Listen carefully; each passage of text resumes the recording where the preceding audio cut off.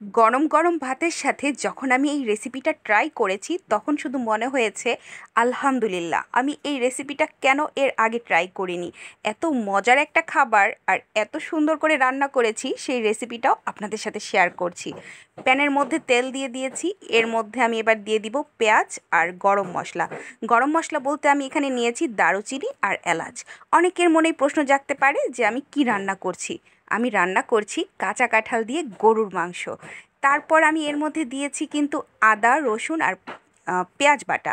তারপর জিরা বাটাও ছিল এর মধ্যে, হলুদের গুঁড়ো, মরিচের গুঁড়ো, ধনিয়ার গুঁড়ো এবং পরিমাণ মতো লবণ দিয়ে এর মধ্যে দিয়ে দিয়েছি আমি পানি। দিয়ে মশলাটা আমি খুব ভালোভাবে কষিয়ে নিয়েছি যতক্ষণ তেলটা উপরে উঠে এসেছে। তারপর দিয়েছি চর্বিসহ গরুর মাংস। কাঁঠাল দিয়ে যখন আপনারা গরুর মাংস রান্না করবেন তখন একটু চর্বিসহ মাংস নেওয়ার চেষ্টা করবেন। আর এই যে নিয়েছি কচকচা হাড্ডিগুলো, যেগুলো খেতে কিন্তু আমার কাছে খুবই ভালো লাগে। আর মাংসগুলো আমি ছোট ছোট টুকরো করে কেটে নিয়েছি, একেবারে কাঁঠাল যেভাবে আমি পিস করেছি। তারপর ঢাকনা দিয়ে ঢেকে গরুর মাংসটা আমি খুব ভালোভাবে সেদ্ধ করে নিয়েছি। নর্মালি আমরা যেভাবে গরুর মাংস রান্না করি ঠিক সেভাবেই রান্না করেছি। সময় নিয়ে গরুর মাংসগুলো আমি খুব ভালোভাবে কষিয়ে রান্না করে নিয়েছি। এই রেসিপিটা আমি এর আগে কেন ট্রাই করিনি সেটা নিয়ে কিন্তু আমার অনেক আফসোস হচ্ছে। আর এই খাবারটা ট্রাই করার পর আমার হাজব্যান্ড বলছিল যে এটা তুমি আবার কবে রান্না করবে। মাংসটা খুব ভালোভাবে কষানো হয়ে গেছে আর তেলগুলো উপরে চলে এসেছে। এখন আমি দিয়ে দিব সেদ্ধ করা কাঁঠাল।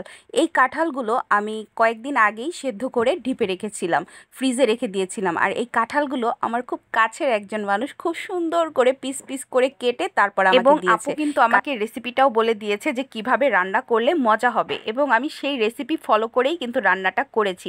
যদিও আপু যেভাবে বলেছে হুবহু ফলো করতে পারিনি, তবে আমি আমার মতো করে ট্রাই করেছি। এই যে কাঁঠালগুলো আমি গরুর মাংসের সাথে খুব ভালোভাবে মিশিয়ে নিচ্ছি। এবার আমি ঢাকনা দিয়ে ঢেকে এটাকে মাংসের সাথে এবং মশলার সাথে খুব ভালোভাবে কষিয়ে নিব। কাঁঠালগুলো মাংসের সাথে এবং মশলার সাথে খুব ভালোভাবে কষাতে হবে, যাতে করে মশলাগুলো কাঁঠালের ভেতরে খুব ভালোভাবে মিশে যায়। আমি খুব সময় নিয়ে চুলা আঁচটা অল্প রেখে অনেকটা সময় নিয়ে নেড়ে চেড়ে কাঁঠালটা মাংসের সাথে খুব ভালো মতো কষিয়ে নিয়েছি। আমার ভিডিওগুলো কারা কারা নিয়মিত দেখেন প্লিজ কমেন্টস করে জানাবেন, আর আমার রান্নার ভিডিওগুলো আপনাদের কাছে কেমন লাগে সেটাও কিন্তু কমেন্টস করে জানাবেন। তারপর কিন্তু কাঁঠাল আর গরুর মাংস খুব ভালোভাবে কষানোর পর এর মধ্যে আমি পরিমাণ মতো পানি দিয়ে দিয়েছি। আপনারা যদি ঝোল রাখতে চান অথবা ঝোল ঝোল খেতে চান সেক্ষেত্রে পানির পরিমাণটা একটু বাড়িয়ে দিতে পারেন, আর লবণটাও কিন্তু এ সময় চেক করে নিতে পারেন। আমি সব কিছু চেক করে ঠিকঠাক করে তারপর ঢাকনাটা দিয়ে ঢেকে দিয়েছি এবং জাল দিয়ে রান্না করে নিয়েছি একেবারে পানিটা শুকিয়ে আসা পর্যন্ত। আমি যেহেতু ঝোল রাখবো না তাই খুব অল্প আঁচে জাল করে খুব সুন্দর করে এভাবে মাখা মাখা করে শুকিয়ে নিয়েছি। আর এই যে দেখেন ফাইনাল লুক, মানে এতটা সুন্দর আসছে কালার, মানে মাশাল্লাহ কি বলবো, দেখেই মনে চাচ্ছে যে গরম গরম ভাতের সাথে এটা কখন আমি ট্রাই করব।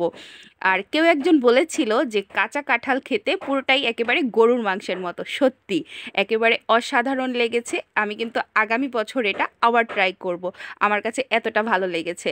আর আমার রান্নার ভিডিওগুলো যদি আপনাদের কাছে ভালো লাগে অবশ্যই শেয়ার করবেন, এবং আপনারা কি ধরনের ভিডিও দেখতে চান রান্নার ভিডিও সেটাও কিন্তু কমেন্টস করে জানাবেন।